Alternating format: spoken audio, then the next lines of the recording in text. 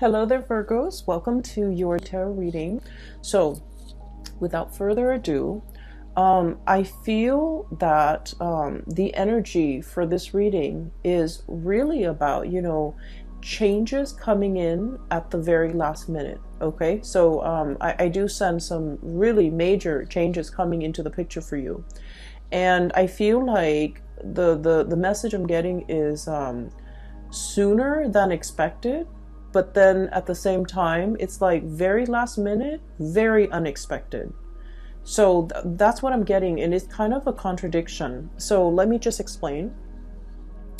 I'm feeling almost like there's something that you have been thinking about, trying to manifest for a very long time.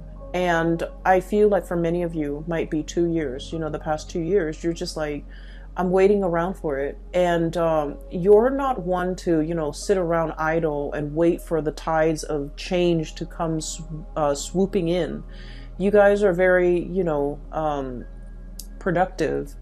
And you guys are quite like busybody. You like to stay productive. You like to be efficient with your time. So it's not like you're sitting there mulling around waiting for things to come in. So on the one hand, it's always, on the forefront of your mind that you want to implement something. You want to change something. You want to do a drastic move or something very, very, I want to say like, it's like a change that is quite drastic for a Virgo. It's quite a drastic change, okay? Because you guys are still a creature of habits. But I feel like you've been mulling over a situation for a very long time. And so it's always on the back of your mind. It's also, on some days, it's on the forefront of your mind. And so I feel like you've been waiting for the opportunity or the chance encounter or something to manifest itself. And so I feel like even though you've been waiting for it for a long time, the way that it comes in, it's like when you've given up hope, or when you just like kind of clear it, or maybe even move it from the forefront of your mind into the back of your mind and focus on other things and, finding enjoyment and still moving on with your life. That's when this major drastic change is going to come in. And so it's coming in at a very, I want to say opportune moment, but also very unexpectedly. Okay, so that's what I'm seeing.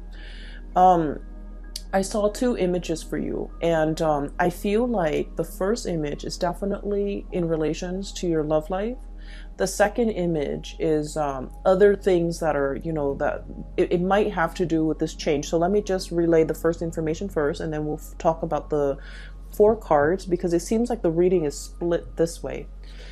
So first of all, I see this man. He's wearing a coat. It's like autumn. He's at a park. It looks like Central Park. It looks outdoorsy. Lots of people around, but not so much that it's crowded. There are a few pigeons on the ground. And he's wearing like a brown coat. He looks very handsome. Like he's, probably 35, 40 at the latest.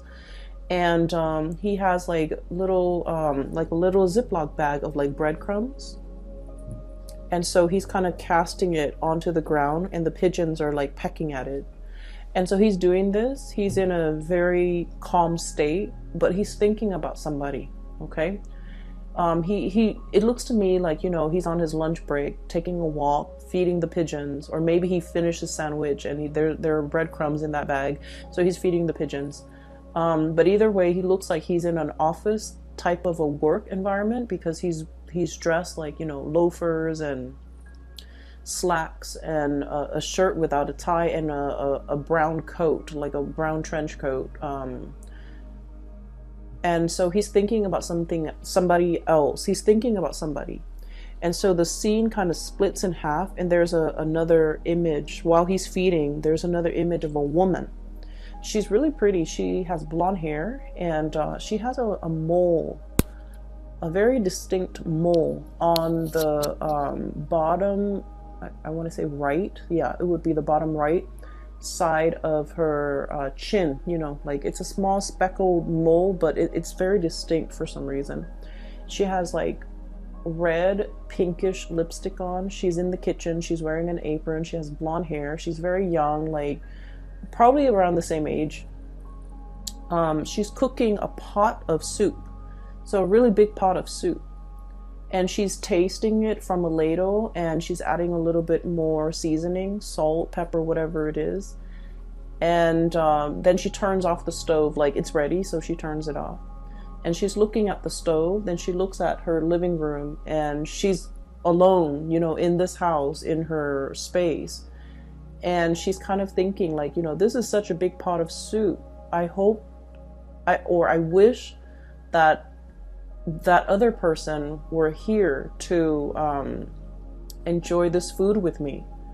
So it seems like there is a situation where the two of you might have been broken up. I do see, you know, the split scene as in two people that miss each other, that long for each other's company, that's heavily thinking about one another.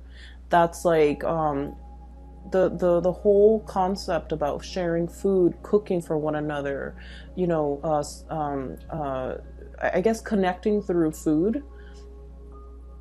It seems very nurturing. It seems like it might have been a relationship where there's a lot of community, there's a lot of caring, there's a lot of tenderness, there's a lot of like, you know, mutual affection, and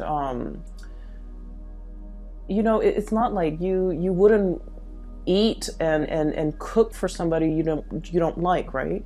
So I feel like in a way the relationship that the two people have had in the past might have been, you know, they might have shared space together, they might have lived together, they might have been married, they might have dated for a very long period of time where they're comfortable around each other and they care for each other. So whatever the situation is, there might have been a situation where two people have broken up and they're still longing to reconnect. Okay, so I feel like for majority of you that might be the situation, because he's on the park bench eating lunch possibly by himself and then feeding the birds. Like he wants somebody to share that experience with him.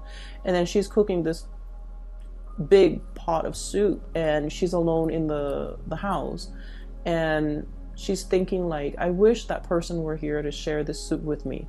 So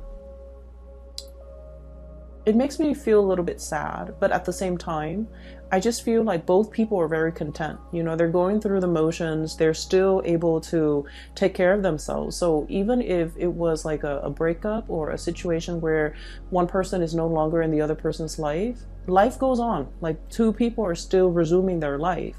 They miss each other once in a while. They're nostalgic for the past, and they miss that sense of companionship, I feel. There's definitely a sense of like, yeah, companionship. But you know, life goes on. No one is heartbroken and devastated and unable to function. Both parties are still able to function. Give me just 1 second. I apologize. Sorry about that. I was making tea and the water boiled, so I had to turn it off. Going back to that image that I saw, I feel for many of you, the fact that these two people are, you know, in different places, like there might be like geographical distance, and the fact that they're heavily thinking about each other denotes to me like a really strong soul connection. Okay, and it's depicted here. I have the Two of Cups. This is the sense of companionship. Okay, the Cups energy deals with like emotions and also spiritual energy, where two people feel very, very connected. Okay, when they think about you, you know they're thinking about you, and it's sort of like, you know, feeds into this loop where you end up reverting to, you know, thinking about them, and vice versa. So it's a situation where two people are very, very deeply connected, really care about each other. There might be great compatibility as well. Really great compatibility between two people. So for you, especially if you're in a long distance relationship, I feel like there is an immense sense of longing, wanting to be together, wanting to connect, wanting to, you know, share the experience with another person. And then I also feel for others, there might have been a situation where it's like distance, like admiring somebody from a distance is what I'm seeing. I have here the Hermit, and the Hermit is a lonesome card. It doesn't mean loneliness. It seems to me like some type of remote viewing. some type of like distance associated with you and another person.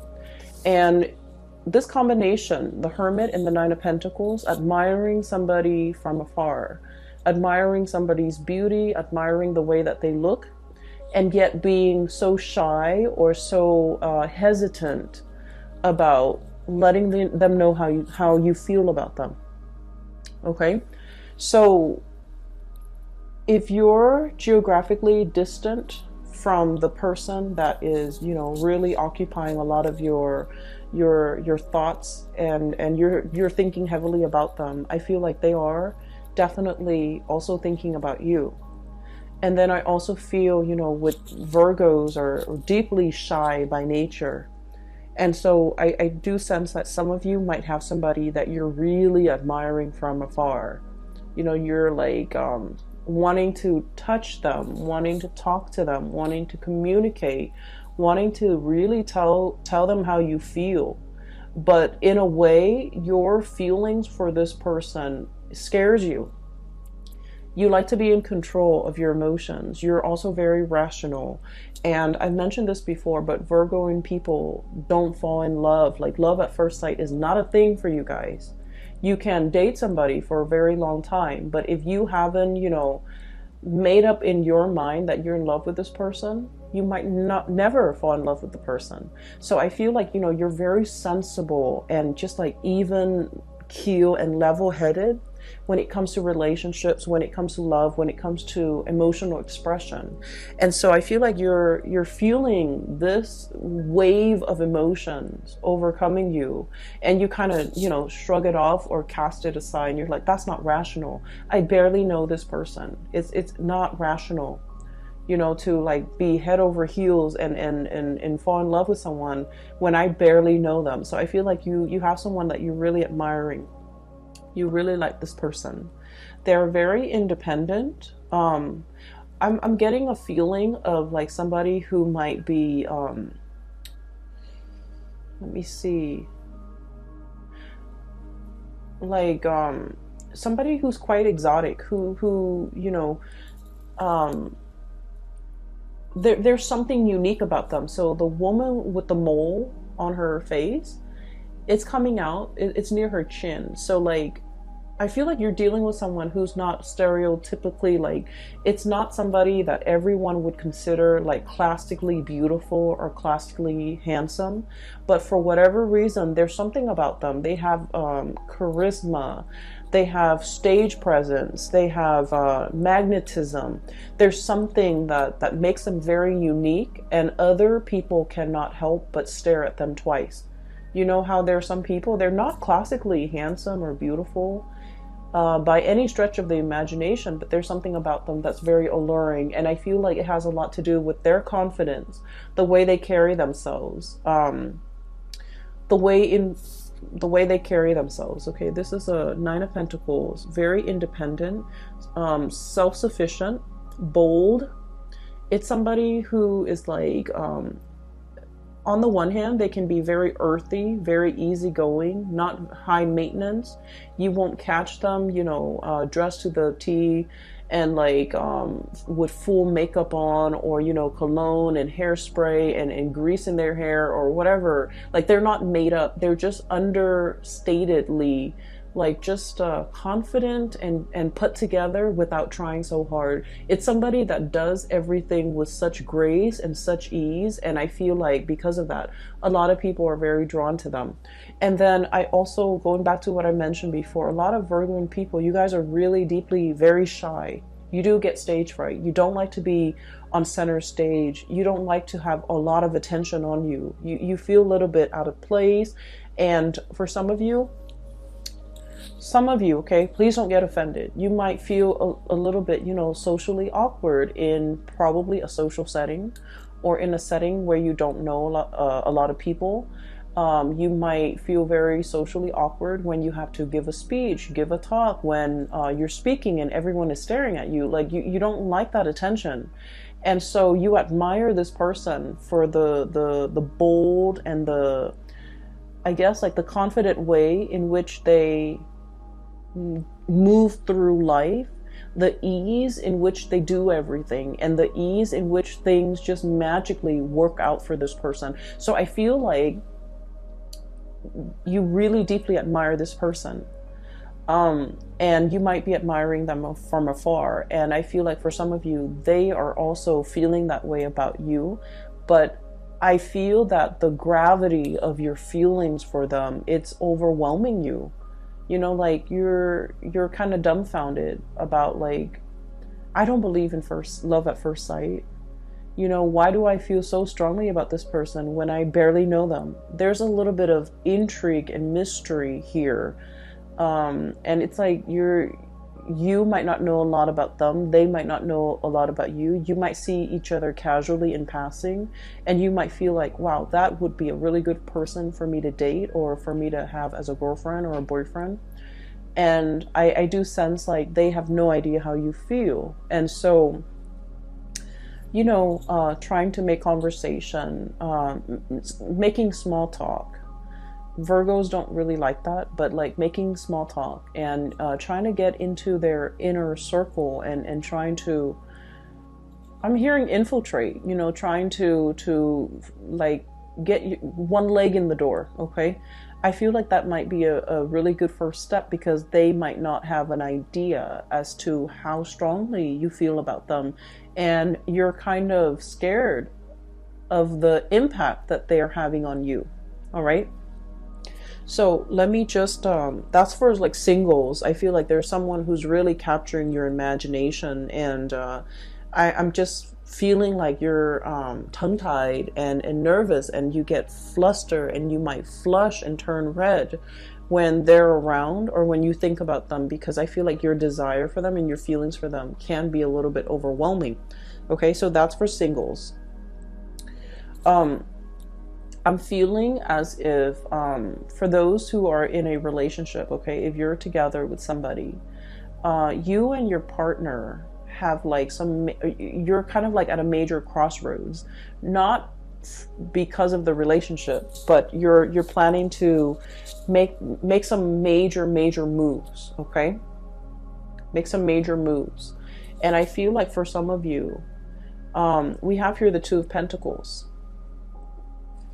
And the Two of Pentacles is about juggling jobs, juggling responsibilities, trying to figure out, you know, do I stay here where it's stable, or do I go somewhere else? And I feel like this decision, you're trying to think of it. It's like it doesn't exist in a vacuum. You're not making this decision alone. There's inputs from your partner. There's considerations from your partner that's like coming into the picture. And so like you're trying to make all the pieces fit, okay? And that's going to become a little bit more apparent when I talk about the next image that I see. Make all the picture like the pieces fit together so that you can, you know, implement some type of a plan. So there's a lot of mulling over. There's a lot of communication. And then I also feel as well, there's a sense of like temptation, okay? You might be in one relationship and you're captivated by another person, okay? I'm seeing a lot of like earth and water. So like another earth sign, Virgo, Taurus, Capricorn, and water sign, Pisces, Cancer, Scorpio. So you might be in a relationship with one of those signs, and then you're like fascinated or interested in another person, okay? And so you're trying to, you know, figure out what course of action to take, what you should do. Do I stay in this relationship or do I jump into another relationship? So I feel like there's a lot of relationship energy, really occupying a lot of your mind space, okay? And you know, you're very good at compartmentalizing. You know, when you're at work, you put on your work hat, and then everything else that's not work related kind of falls away. And then when the work day is over, you take off that hat and then you go home, and that's when you think about all the other areas of your life. So you're very able to compartmentalize. But I do feel there's relationships, thoughts of relationship, decisions about relationships and things like that might be occupying the majority of your time for this month. So that's what I'm seeing here.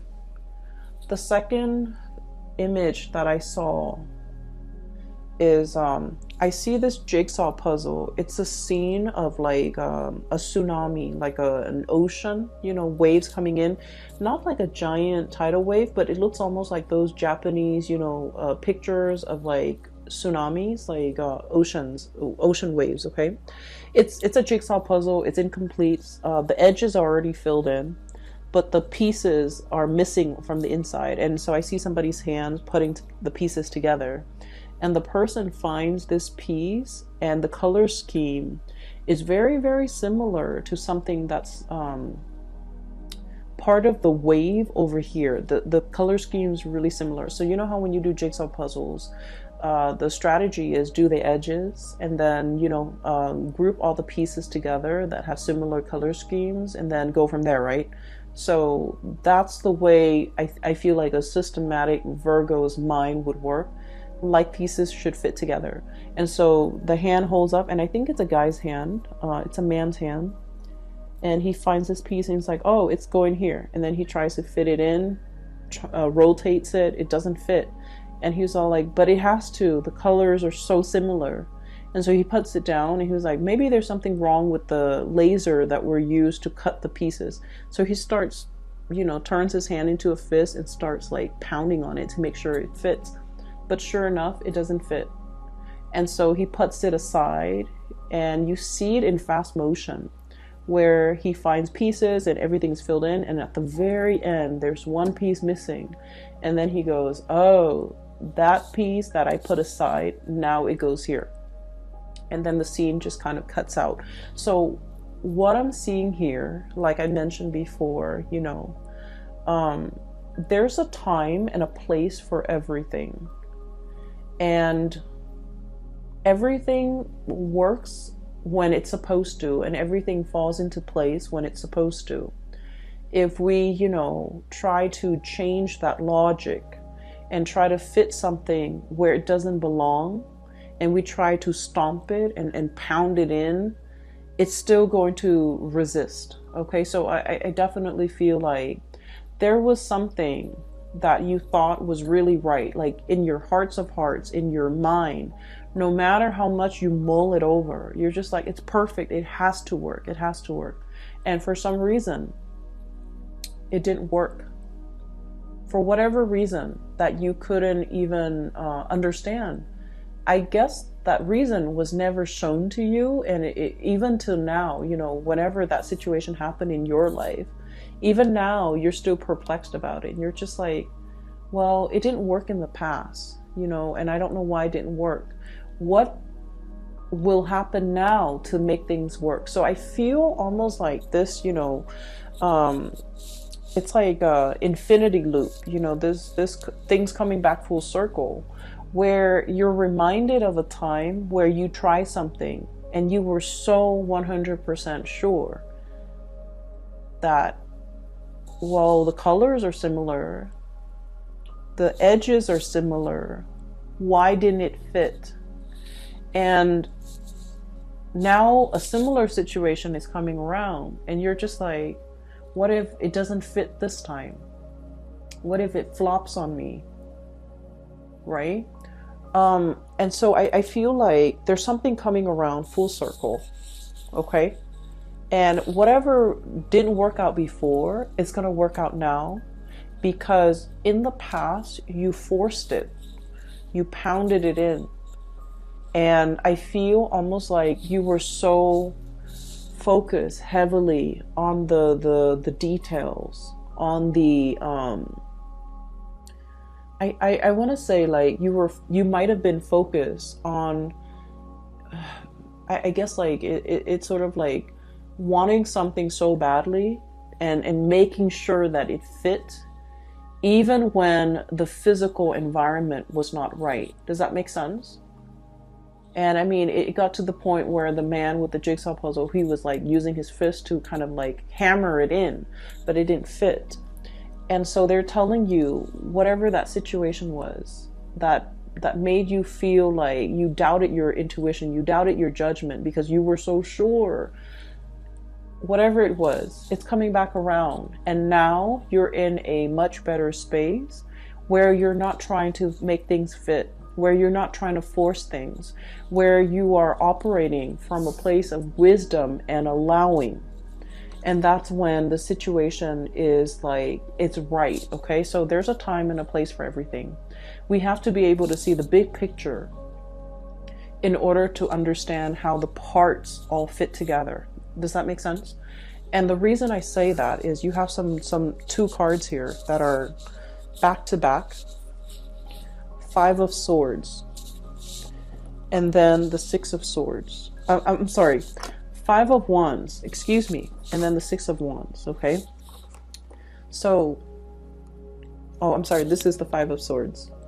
So the Five of Swords is a situation where we're kind of like arguing, bickering, and the sword energy denotes communication, thought processes, mental processes that might have been faulty, where no one is really getting a word in. Everyone is bickering. Everyone is trying to, you know, be right, trying to prove that they're right.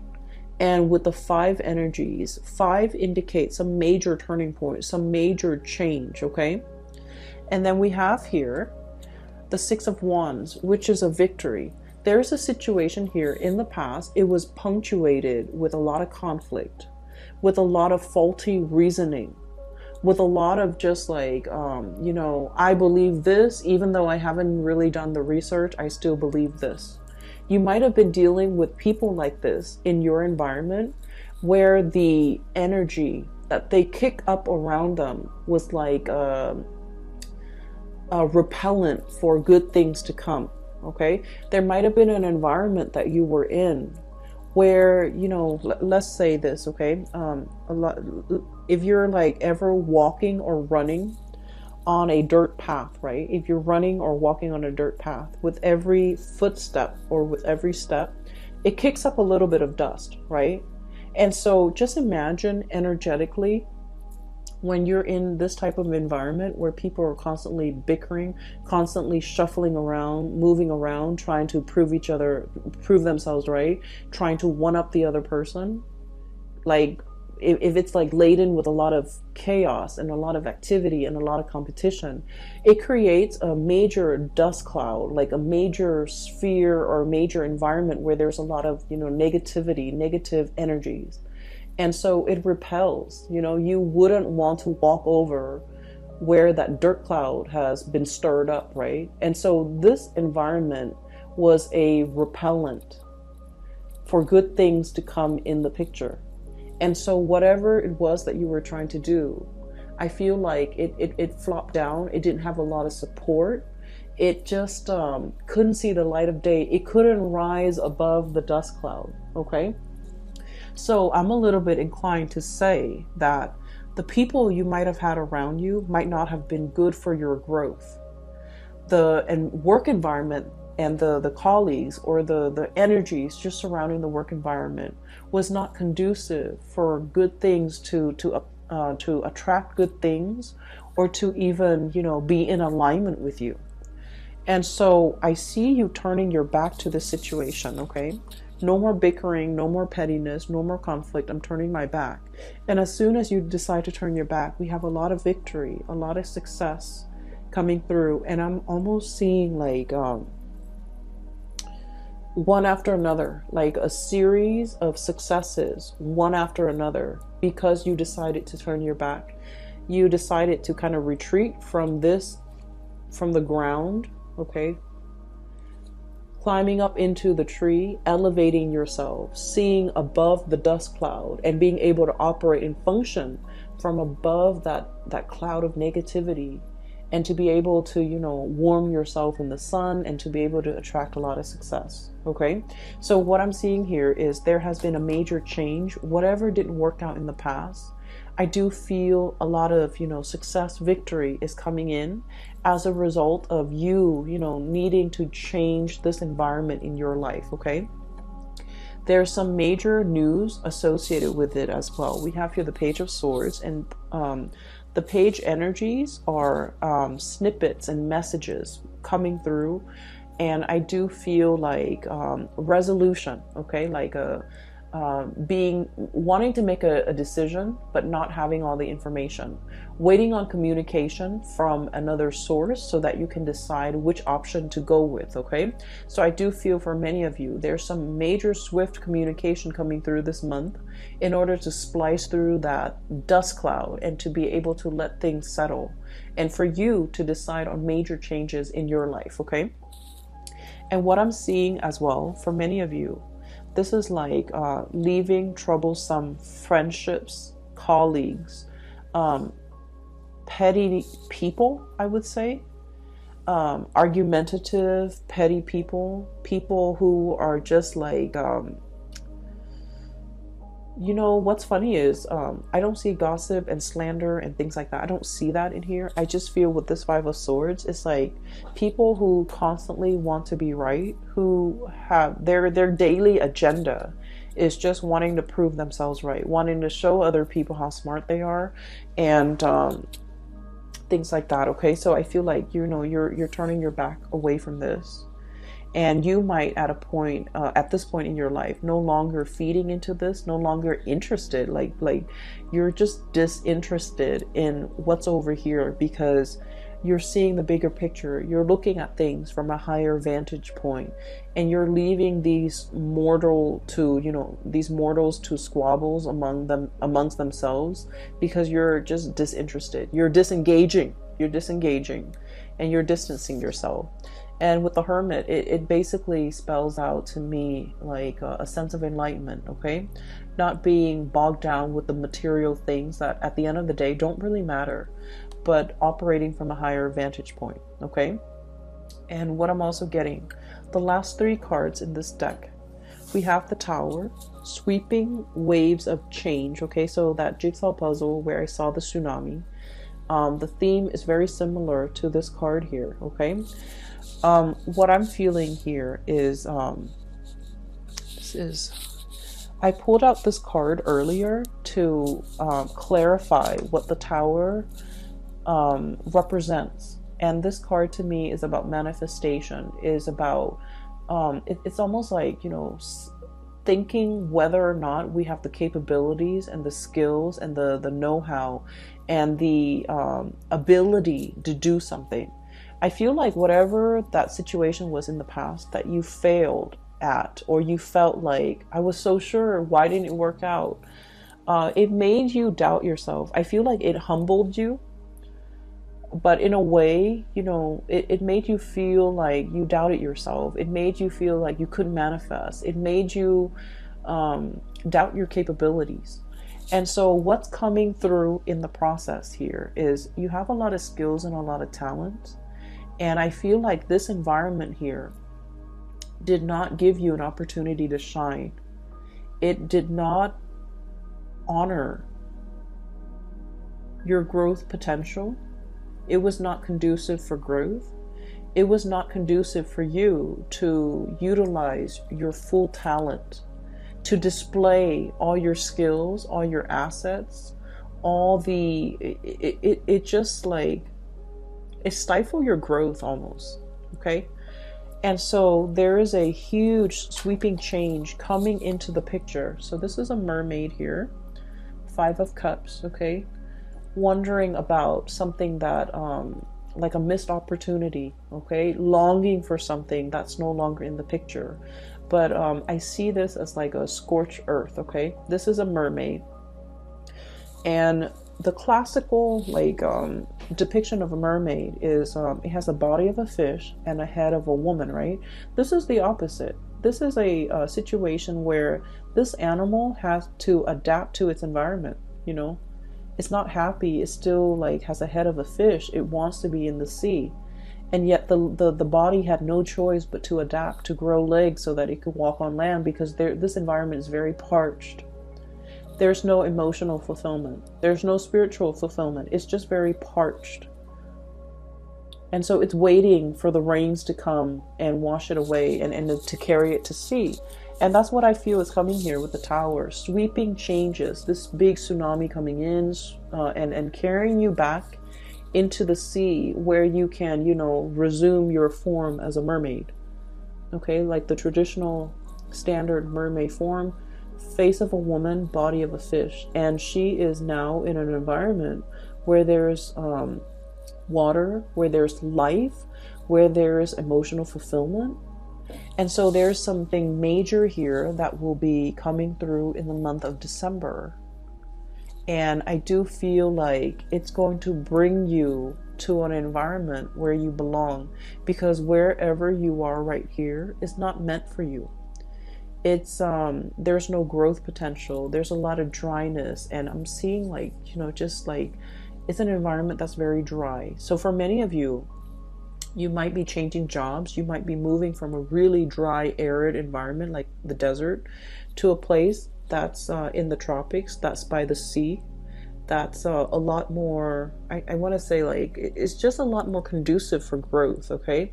And we're not just talking about like a place that's green and lush and things like that. We're talking about emotional, spiritual growth. We're talking as well career growth. We're talking as well, being in a new environment where you're able to develop to your full potential, where people appreciate all that you have to offer and they don't take you for granted, pretty much, okay? So that's what I'm seeing here. Once again, it's like the change is long coming, but it's going to swoop in very, very quick. And that's a contradiction. But for whatever reason, I just feel like you've been waiting for it for quite some time, but it's going to come in very unexpectedly. You're kind of bookended by two major arcana cards here. We have the Hermit, taking time to yourself, being deep in contemplation and really figuring out, what's the next step in your life. And then once you have that figured out, once you've reached that space of wisdom, that's when the Tower will bring about these changes that you've been wanting for a very long time. All right. So I'm going to leave it at that. I do wish you all the best for the month of December. Once again, I apologize for the delay with this reading. I hope it finds you well still, and I hope it is relevant and applicable and might be helpful for you this month, okay? I will be back next month. I will talk to you later, Virgos. Take care of yourself.